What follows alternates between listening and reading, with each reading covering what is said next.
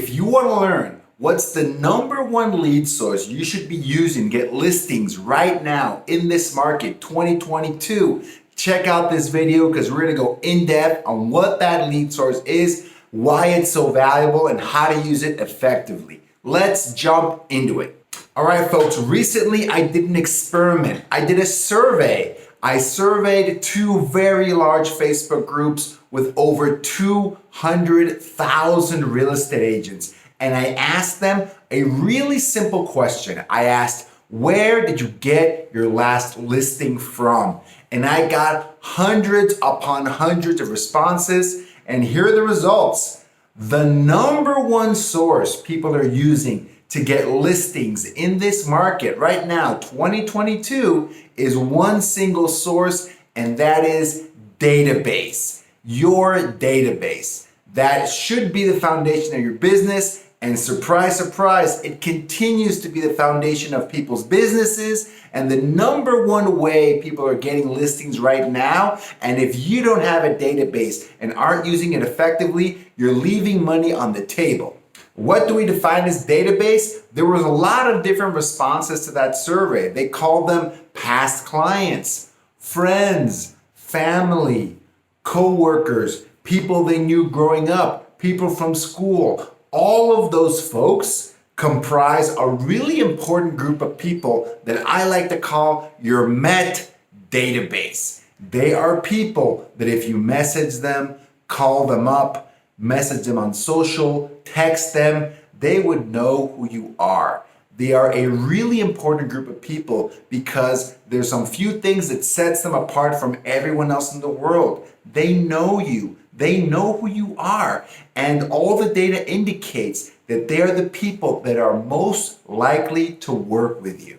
If you ask any of the top producing, most successful agents, what's their best lead source? A lot of them are going to tell you database. I did an interview recently with Boone, the number one agent in Oklahoma, over 300 transactions per year, 100 million volume producer. I asked him, he spends over 6 figures a year on lead generation, buying leads, prospecting, generating leads all over the place. He's a scripts master, loves converting FSBOs. I asked him, what is your favorite lead source, the one that's the most valuable, the best one in your business? And without a doubt, he said it was database. Now, why do you think such a famous, such a top producing agent still considers database to be the foundation of his business? It's because the folks that are in your database already know, like, and trust you.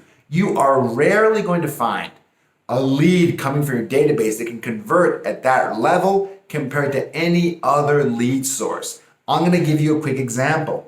If you buy 100 Facebook leads and you work them diligently, call them within 5 minutes, call them multiple times, 10, 15, 20 touches within the first 30 days minimum, you're going to be able to have about 10 to 15 conversations with motivated buyers. Some of them could even be sellers.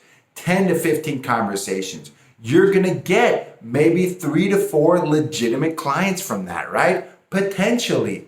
A great conversion rate for an appointment from an internet lead is 25 to 30%.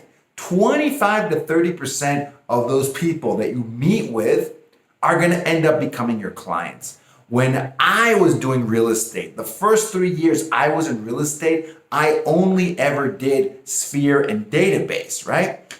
My conversion rate for folks that I actually met with my Sphere, from my Sphere into paid clients, signed listings, signed buyers, was over 90% conversion rate.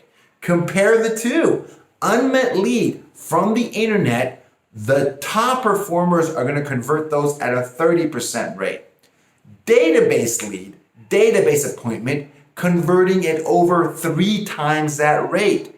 And the biggest reason is because these people know, like, and trust you, or they were referred to you by someone that already knows, likes, and trusts you.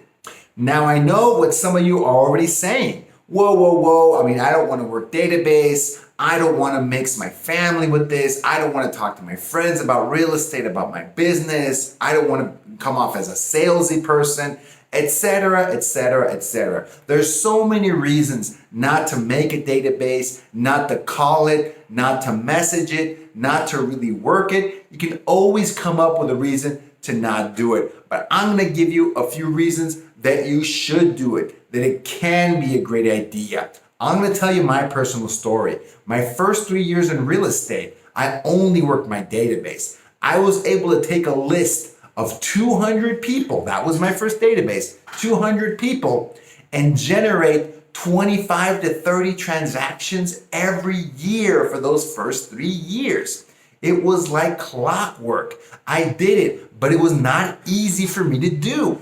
As they say, the phone weighed 10,000 pounds sometimes. It was really hard for me to do that. I had the same concerns, the same objections that everyone else had. But the thing that helped me get through it and power through was that I always tried to offer my audience, my database, my sphere, something of value. I had a phone script that always gave them value first, and then it just made it way easier to make that call. It's way different when you're calling someone to help you build your business versus you're calling someone to give them something of value, and in reciprocity, it's perfectly fine to ask them for help building your business. For me, that was the secret that unlocked my ability to power through those calls and call everyone in my database 4 times per year. That is how I got a 10 to 15% conversion rate from those 200 people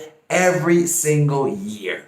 So I challenge you, if you're watching this video and you're questioning your ability to build, to work a database, change your mindset, come from contribution, offer something valuable, invite them to your next event, offer a free class, invite them to something that you're going to give away. It doesn't really matter, folks. If you start with value first, it'll make that conversation way, way easier for you. Another thing that I did not expect when doing these calls for the first time is the amount of people that were glad to take my call, the amount of people that were happy to help me build my business, and some people, not everyone, but some few people that were wildly enthusiastic about helping me build my business and referring me more clients. Those folks, you're going to find them. They're going to be your ambassadors. They're going to be your fans. They're going to be your advocates. They're going to be your A contacts, the one you have to reach out to the most, take care of, and make sure they're always happy with you because they're going to refer you and refer you business. They're natural connectors. But here's the punchline, folks. It is very difficult to know who in your database is going to be that advocate for you, that ambassador. So you got to call everybody. You got to reach out to them and ask them for that help building up your business. If you work your database effectively, you will find those people and they will refer you and refer you more people every single year.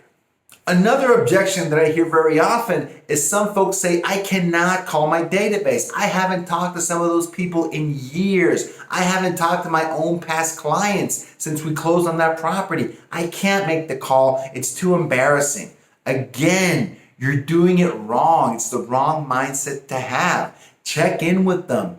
Offer them some help. Offer them some services. How is that home working out for them? You're checking in. See how things are going. Do not treat it as a sales call. Connect with them on a personal level first. Folks, I've made thousands of these calls in my career to a database of hundreds of people.